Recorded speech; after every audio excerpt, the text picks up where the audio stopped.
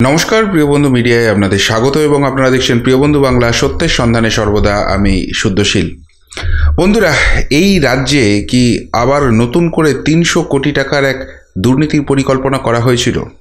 যদিও আমাদের চিৎকার চেঁচামেচিতে সেই প্ল্যান শেষ পর্যন্ত ভেস্তে গেল এবং তার ফলে আসন্ন লোকসভা নির্বাচনে প্রচণ্ড বিড়ম্বনায় পড়তে চলেছে এই রাজ্যের এক অত্যন্ত প্রভাবশালী রাজনৈতিক দল।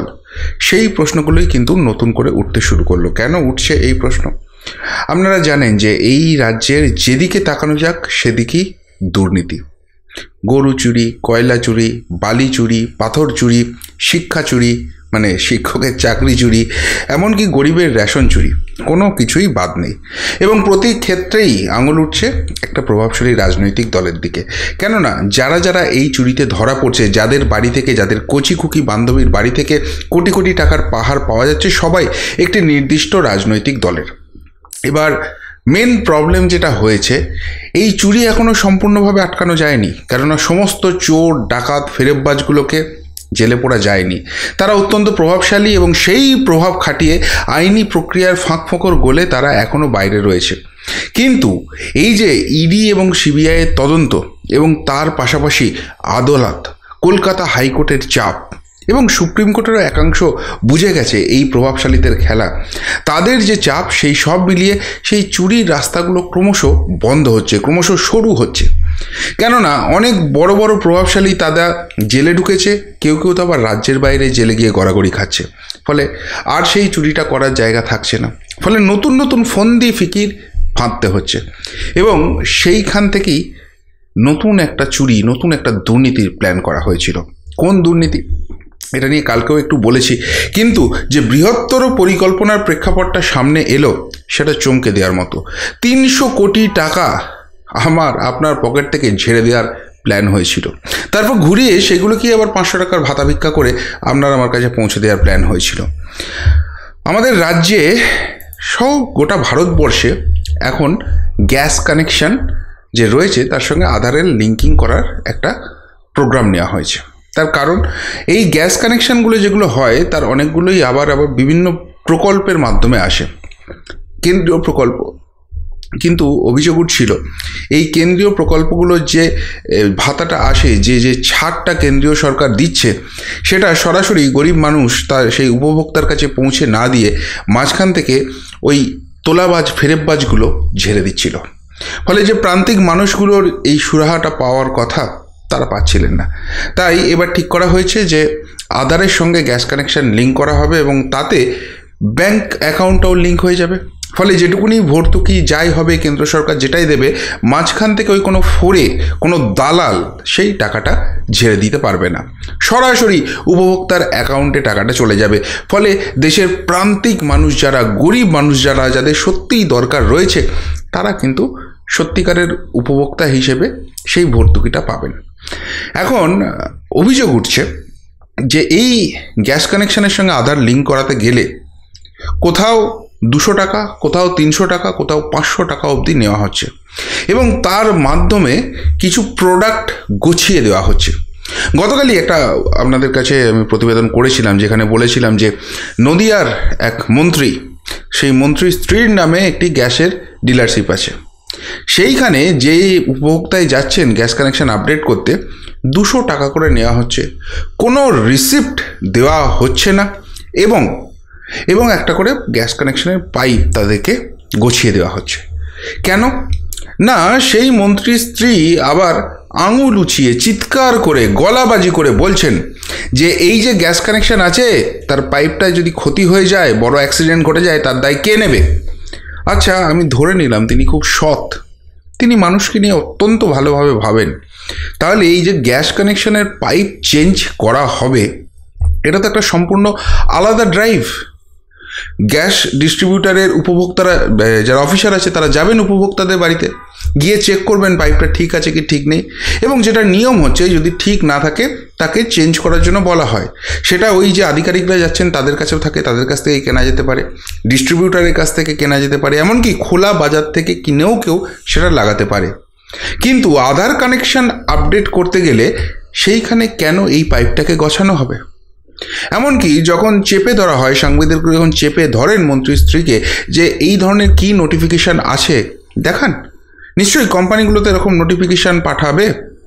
বলে আপনারা ইন্ডিয়ান অয়েল যে কোম্পানির তার ডিস্ট্রিবিউটারশিপ আছে সেইখানে টোল ফ্রি নাম্বারে যোগাযোগ করে নিন, আমি কোনো নোটিফিকেশান দেখাবো না। তা কেন দেখাবেন? দোর্দণ্ড প্রতাপ মন্ত্রীর স্ত্রী বলে কথা। যে রাজনৈতিক দলটা করেন তাদের তো একটাই মোটো, লুটে পুটে বাংলাটাকে খেতে হবে, সুতরাং এই ঔদ্ধত্য তো তাদেরকে সাজে। আর দেখাবেন কি করে? এরকম কোনো নোটিফিকেশান নেই তো। কিন্তু এই নিয়ে রীতিমতো হইচই শুরু হয়ে যায় এবং যারা গ্যাস কোম্পানি রয়েছে তাদের সঙ্গে যোগাযোগ করা হয়, সেখানে সমস্ত কিছু আপডেট দেওয়া হয়। তারা বলেন না, এরকম তো কোনো ব্যাপার নেই, এবং সেখান থেকে স্পষ্ট নোটিফিকেশান পাঠিয়ে দেওয়া হয় যে আধার কানেকশানের সঙ্গে গ্যাস কানেকশান যখন লিঙ্ক করা হবে তার জন্য কোনো একটি পয়সাও লাগবে না। সেই সময়ে কোনো প্রোডাক্ট এইভাবে গছিয়ে দেওয়া যাবে না, তার বদলে কোনো 100 টাকা 500 টাকা 300 টাকা তোলাবাজি করা যাবে না। যদি কোনো ডিস্ট্রিবিউটার এরকম করেন তাহলে এই টোল ফ্রি নাম্বার আপনারা যোগাযোগ করুন, আমরা অভিযোগ পেলে খতিয়ে দেখব, এবং অভিযোগ যদি প্রমাণিত হয় ডিস্ট্রিবিউটারশিপ তো কেড়ে নেওয়া হবেই, তার সঙ্গে সঙ্গে কনজিউমার ফোরামের মাধ্যমে উপযুক্ত শাস্তির ব্যবস্থা করা হবে। ফলে আপাতত পুরো পরিকল্পনাটাই ভেস্তে গেছে, গ্রাহকদের কাছে এই মেসেজ চলে গেছে। কিন্তু কেন এই টাকাটা তোলার প্ল্যান হচ্ছিল হঠাৎ করে? ওই যে বললাম যে চুরি এখনও সম্পূর্ণ বন্ধ হয়নি, কিন্তু গরু চুরি, পাথর চুরি, কয়লা চুরি, শিক্ষক নিয়োগের দুর্নীতি চুরি, সমস্ত কিছু চুরির যে রাশি রাশি টাকা, সেই টাকার পথগুলো আস্তে আস্তে আস্তে আস্তে শুরু হয়ে আসছে। সামনে লোকসভা নির্বাচন আছে, ফলে সেই লোকসভা নির্বাচন লড়তে গেলে সেখানে একটা বড় টাকার প্রয়োজন।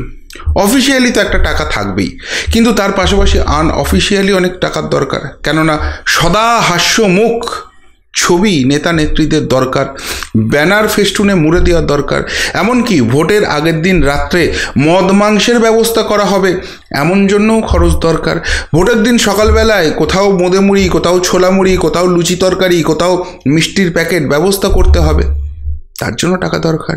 এবং সব থেকে বড় কথা, জনসমর্থন যদি সরে যায় সেখানে জোর করে জনসমর্থন আদায়ের জন্য লোকাল মস্তানদের দরকার, যাদেরকে আমরা রাজনৈতিক কর্মী হিসেবে চিনব। এই রাজনৈতিক কর্মীরা তো এমনি এমনি কাজ করবেন না, তাদের কিছু খোরপোশের ব্যবস্থা করে দিতে হবে। এমনকি স্থানীয় ক্লাব, তাদেরকে দুর্গাপুজো বা অন্যান্য সময় খয়রাতির ব্যবস্থা করে দেওয়া হয়, কিন্তু তা বলে ভোট পুজোর সময় কিছু না দিলে তারা কি আর চট করে সেই কাজগুলো করে দেবেন? একটু পরিস্থিতিটাকে তো সামনে রেখে দিতে হবে, একটু ভয়ের পরিবেশ তো তৈরি করে রেখে দিতে হবে যে এখানে যদি ফল অন্য হয় তারপর বুঝে নেব ভোটের পরে। এই চমকানিটা যারা করবেন তাদের যদি একটু না তেল মশলার ব্যবস্থা করা যায় তাহলে কি করে কি হবে? আর এর জন্য তো আনঅফিসিয়ালি খরচ দরকার আছে। আর তাই আপাতত মদ বিক্রি বা লটারি বিক্রি সেদিকেও যখন তদন্তকারীদের নজর পড়ে গেছে, সব দুর্নীতির রাস্তাগুলো যখন বন্ধ হয়ে গেছে, তখন এই নতুন দুর্নীতিটা করা যাক।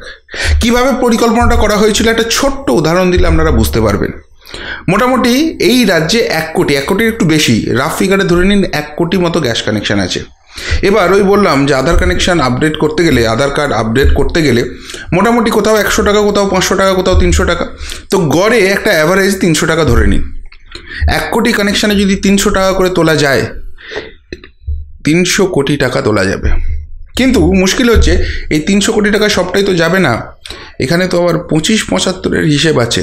তো 25 যারা তুলছেন তারা রেখে দিয়ে যদি 75 ঠিক জায়গায় পাঠান, 225 কোটি টাকা সেখানে পৌঁছবে। আর এই 225 কোটি টাকা যেখানে পাঠানো হবে, তারা এত কষ্ট করে রাজনৈতিক ক্ষমতার শীর্ষে বসেছেন, তাদের একটা খোরপোশের দরকার নেই, তারা সেখান থেকে আবার 50 ভাগ রেখে দেবেন, 112.5 কোটি টাকার কাছাকাছি তারা রেখে দেবেন। তাহলে বাকি পড়ে থাকবে কত? ওই আরও 112.5 কোটি টাকা।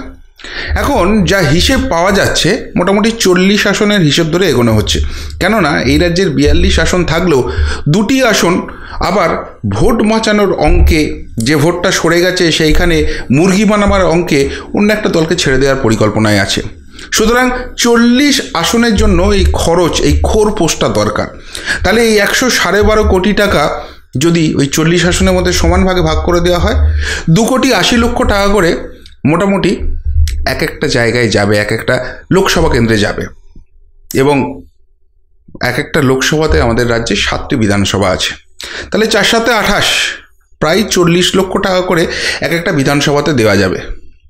এবং বিধানসভার গড় যে ভোটার যে কোনো বিধানসভাতে মোটামুটি যদি 2 লাখ করেও ধরে চলেন, তাহলে এই 40 লাখ টাকা দিয়ে বেশ ভালোভাবেই সেখানে প্রভাবটা বিস্তার করা যাবে। এই সামগ্রিক একটা হিসেব নাকি পৌঁছে গিয়েছিল এবং সেইখান থেকেই ওই বাইরে থেকে বহিরাগত যে রাজনৈতিক পরামর্শদাতাকে ধার করে আনা হয়েছে আমার আপনার ট্যাক্সের পয়সা দিয়ে বলে অভিযোগ, তাদের মস্তিষ্ক প্রসূতই এই 300 কোটি টাকার ফান্ড জেনারেটের একটা অঙ্ক হয়েছিল। কিন্তু মুশকিল হলো এই ঠোঁট কাটা ইউটিউবাররা, এই কিছু এখন অনুপ্রাণিত না হওয়া মিডিয়া, তারা এই গ্যাসের কানেকশানের সঙ্গে আধার কার্ডের লিঙ্ক আপ নিয়ে এই টাকা তোলার ব্যাপারটা গত 2 দিন ধরে এমন হইচই করলো যে ঘুম ভেঙে গেল স্বয়ং গ্যাস কোম্পানিগুলোর। কেননা ওগুলো এখনও তো কিছুটা হলেও কেন্দ্রের প্রভাব রয়েছে, নোটিফিকেশনটা দিয়ে দিল। ফলে আপাতত এই 300 কোটি টাকার তোলাবাজিটা মনে হচ্ছে বিষবাউ জলে চলে গেল। ফলে এত বড় একটা পরিকল্পনা যেখানে ভেস্তে গেল, সেখানে ইউটিউবারগুলোর উপর রাগ হবে না বলুন? ওই অনুপ্রাণিত না হওয়া সংবাদ মাধ্যমগুলোর উপর রাগ হবে না বলুন? এখন তাদের যদি 2-4টে ফলস কেস দেওয়া হয়, যদি তাদের ব্যাঙ্ক অ্যাকাউন্ট ফ্রিজ করা হয়, তাহলে কি সত্যিই দোষ দেওয়া যায়? কি বলবেন বলুন তো? যদি কিছু বলার থাকে অবশ্যই কমেন্ট বক্সে কমেন্ট করে জানান। এখনকার মতো এখানেই শেষ করলাম। ফেরত আসছি নতুন প্রতিবেদন নিয়ে খুব তাড়াতাড়ি। ভালো থাকবেন, সাথে থাকবেন, পাশে থাকবেন। নমস্কার।